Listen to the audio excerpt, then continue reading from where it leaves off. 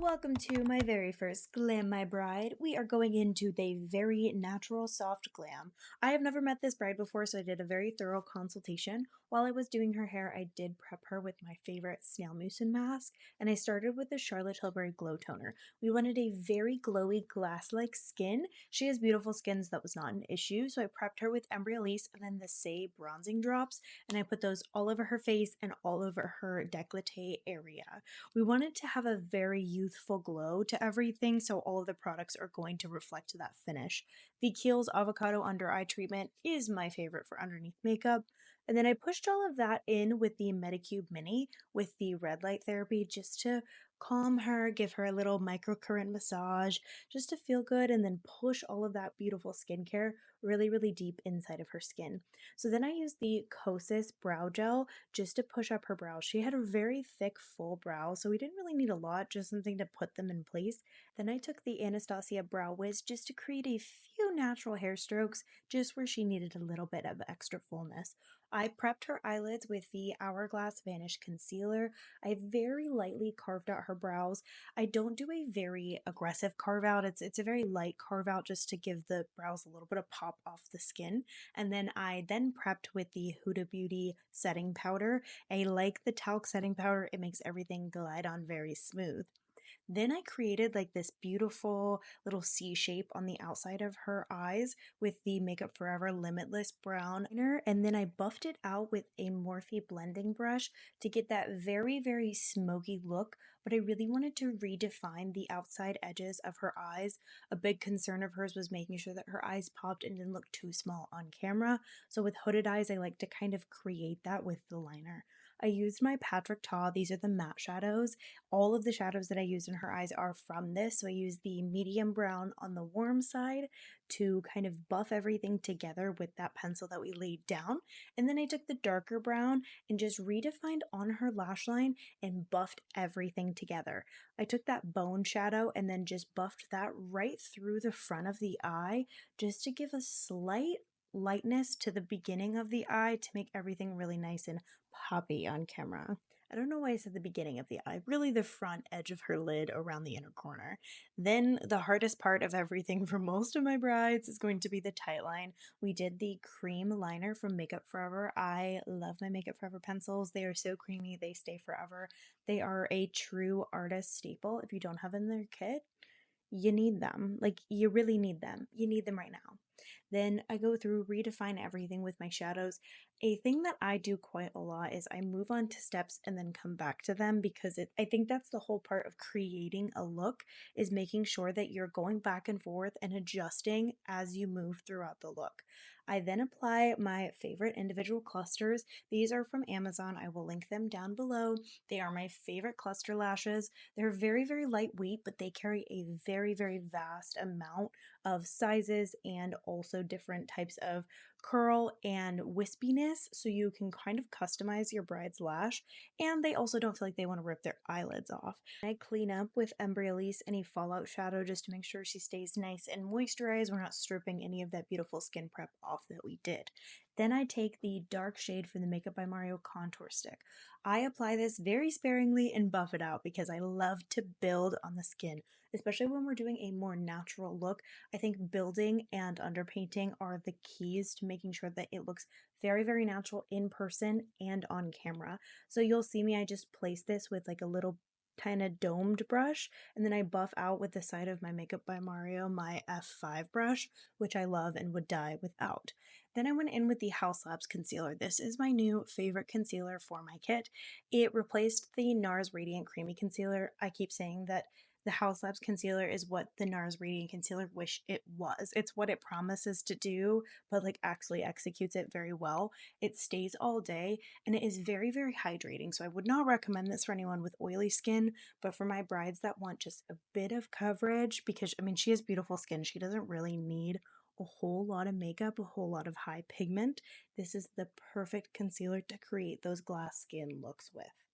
I also do a little bit of spot correcting, anything around the nose, anything that I feel like I need a little more coverage with, because we are doing a very, very light foundation. So this is the Nars light reflecting foundation. It's my favorite foundation in the world, and I did thin it out with a little bit of the One Size Base Thinner. It is one of my favorite combinations for that super, super lightweight glass skin, but also is going to last all night long. This is more of a serum foundation, so like I said, I would not use this on anyone that has more oily to normal skin. This is definitely for my dry girls or people that really want that very dewy look. I think it's a beautiful foundation that can be thinned out or you can build up with coverage. So it is such a beautiful staple to have inside of your kit. I would simply pass away without this. This has been a staple in my kit for years, and if they ever stop making it, I would riot in the streets because you've got to be kidding me. So I very, very lightly brush that on with that same little domed shadow brush, and then I blend it out very, very lightly with the fluffier side of the F5 brush. Like I said, we don't want to pull a lot of coverage on this look. She doesn't need it. So really what I'm doing is just very lightly pushing the foundation into the skin. I'll go back and forth and flip the brush to each side. So the brush that has the more tight bristles to the ones that have a little bit more of those fluffy bristles, just to blend all of that underpainting together. Now she didn't want a whole lot of blush, so I put a smidgen of the Rare Beauty blush underneath, just to give her like a slight pop, but she was very much not a blush girly, which I do respect and I will admire your wishes, but I am going to be sad that you are not a blush girly like me. Then I kind of semi-baked with the Huda Beauty. This is the Cherry Blossom powder underneath her eyes because she did want that beautiful lifted look. So I do pack the powder onto the puff pretty heavy, but then I smear it all out on the back of my hand because we want a very light amount. We were not wanting to powder anything too crazy, but we have to powder. A, I'm in Florida, and B, we did such a glowy skin prep. We don't want to be too dewy. We want to be semi-matte. I call it a velvet texture in the areas that are going to either look flashbacky or shiny, because we are not going to be having a flashback Mary situation. I would never let my brides do that. So I let that sit for about a minute, and then I brush it off with one of my Real Techniques under eye brushes. This is one of my favorite brushes. I've had it in my kit forever. I continue to repurchase because it is that girl. It is that good. I brush away all of the powder on her face. I brush it all away. I kind of dab it in. We didn't put a whole lot of powder, so there wasn't a whole lot to brush away. Then I'm going to go in with my Nars Laguna bronzer. This is the original formula. It is not too shimmery. It's not too matte. It's right in the middle, and I love it. I apply that with a little bit of a fluffier brush all over the outsides of the face, basically everywhere where I placed that Makeup by Mario contour stick. I just redefine that with my powder. So that's my favorite technique when it comes to bridal, is underpainting and then putting everything back on top. That's what's going to make it last all day long. Then I'm going to hit the high points of her face with the Charlotte Tilbury Hollywood Flawless highlighters, and then I'm going to absolutely drench her in the Milk Hydro Grip setting spray. Now I have now switched to the One Size, the glass setting spray, which I think does even better of a job than the Milk Hydro Grip, which I'd never thought that I would say because I love the Milk Hydro Grip. It definitely just melts all that powder, and that is the biggest thing that you want to make sure you do with your wet setting spray, is to melt the powder down. Any little aspect of it needs to get melted and then dried so that you get that super glass like, very skin like finish. That is the point. That is what we're doing here, and we're going to make it last all day long. So sometimes I'll go in and just kind of pat any areas that don't look super, super blended on the skin when everything is still wet. Once it's dry, it's there. So you've got to make sure that you get this at this stage. I also hold my little fan up to their skin while it's drying, just to kind of aid the process on. We don't want to have any little runs or anything like that in the setting spray, so I make sure that I'm holding up my fan as I'm doing this. And as you can see, it has dried down but has really kept that beautiful glowy glass skin intact, but hasn't moved any of my products around. Then I'm going to go in with a waterproof mascara. My current favorite is the Lash Paradise from L'Oreal.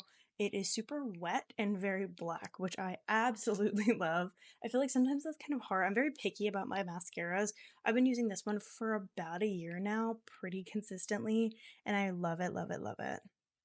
So I did a very thick coat all over her top lashes and her bottom lashes. She wanted her lashes to be the star of the show. We didn't do eyeliner, we didn't do anything crazy. The lashes were the darkest part, especially for my girlies who have hooded lids, who have smaller eyes. We want the lashes to be the star. So I really took my time here and defined all of them. My faces in all of these videos is just ridiculous. And then I went in with a rosy NYX toned liner. This is from NYX, not a NYX tone. A rosy toned lip liner from NYX. I couldn't tell you what it is. The color has rubbed off. I've had it for a little while, but it is more of a dusty mauve rose tone, if that makes any sense. It's very similar to like in between Charlotte Tilbury, the Pillow Talk 1 and Pillow Talk 2. I think it's kind of a right in the middle one. And then I did the Tower 28 gloss in oat all over her lips because like I said, we were going for that glossy, beautiful, stunning glow to her. And then my favorite of all time, the Live Tinted Glow Drops.